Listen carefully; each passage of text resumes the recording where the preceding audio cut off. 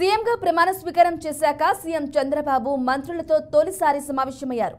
పరిపాలనకు సంబంధించి మంత్రులకు సీఎం చంద్రబాబు కీలక సూచనలు చేశారు. అంతేకాకుండా పాలనలో తీసుకోవాల్సిన జాగ్రత్తలపై దిశానిర్దేశం చేశారు. తాను సీఎంగా ఉన్న పరిస్థితి, ఇప్పటి పరిస్థితులపై విశ్లేషించారు చంద్రబాబు.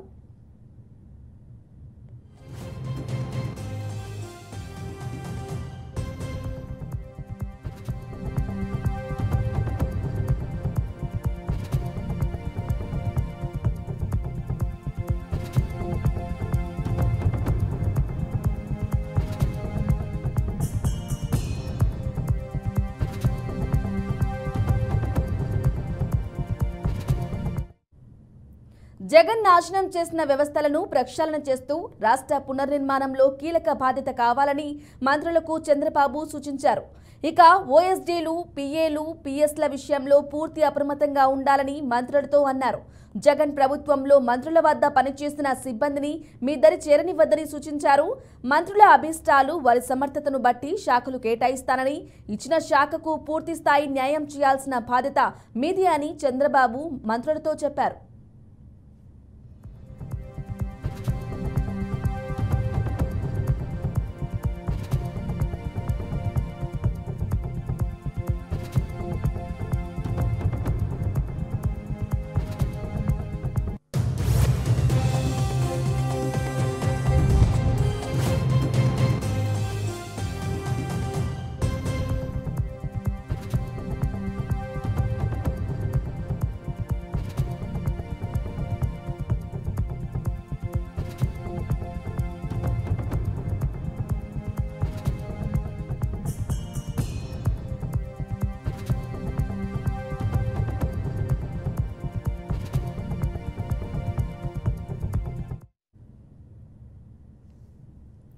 రైట్, బ్రేకింగ్ న్యూస్ చూస్తున్నాం. సీఎంగా ప్రమాణ స్వీకారం చేశాక సీఎం చంద్రబాబు మంత్రులతో తొలిసారి సమావేశమయ్యారు.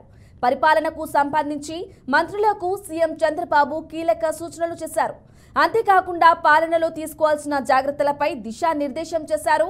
తాను సీఎంగా ఉన్న పరిస్థితి, ఇప్పటి పరిస్థితులపై విశ్లేషించారు చంద్రబాబు. జగన్ నాశనం చేసిన వ్యవస్థలను ప్రక్షాళన చేస్తూ రాష్ట్ర పునర్నిర్మాణంలో కీలక బాధ్యత కావాలని మంత్రులకు చంద్రబాబు సూచించారు.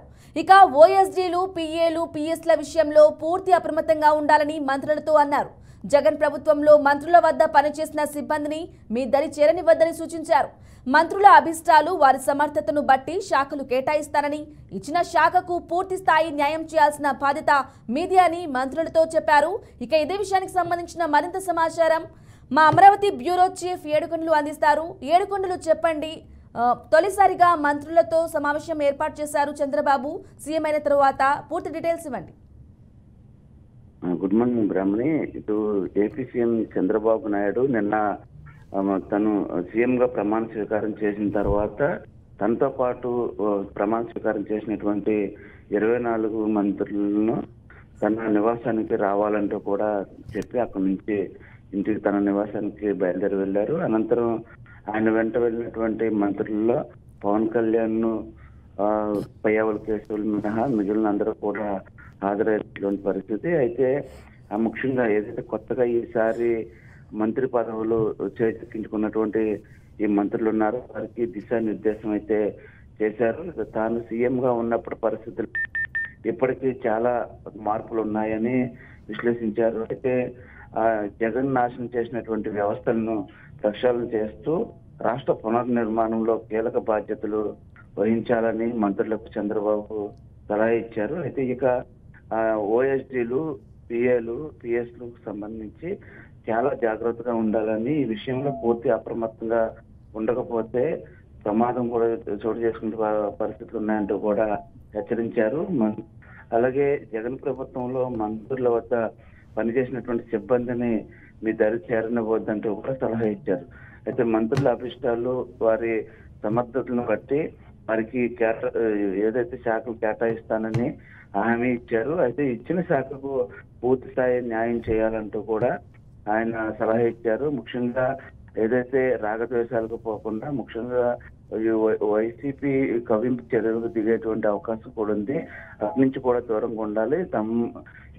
తమకి ఇచ్చినటువంటి బాధ్యతను సమర్థవంతంగా నెరవేర్చుకుని ప్రజల మన్ననలు పొందాలి. ముఖ్యంగా ఆంధ్రప్రదేశ్ ఇప్పటికే చాలా ఇబ్బందికరమైన పరిస్థితిలో ఉంది కాబట్టి దాని నుండి అందరూ కూడా నడుం బిగించి ఆంధ్రప్రదేశ్ ను అభివృద్ధి పదంలో పరుగులు పెట్టించేలాగా మీరందరూ ఎవరైతే యువకులు కొత్తగా వచ్చారో వారందరూ కూడా కలిసికట్టుగా కసిగా పనిచేయాలంటూ కూడా ఆయన సలహా ఇచ్చారు. అనంతరం ఆయన ఈ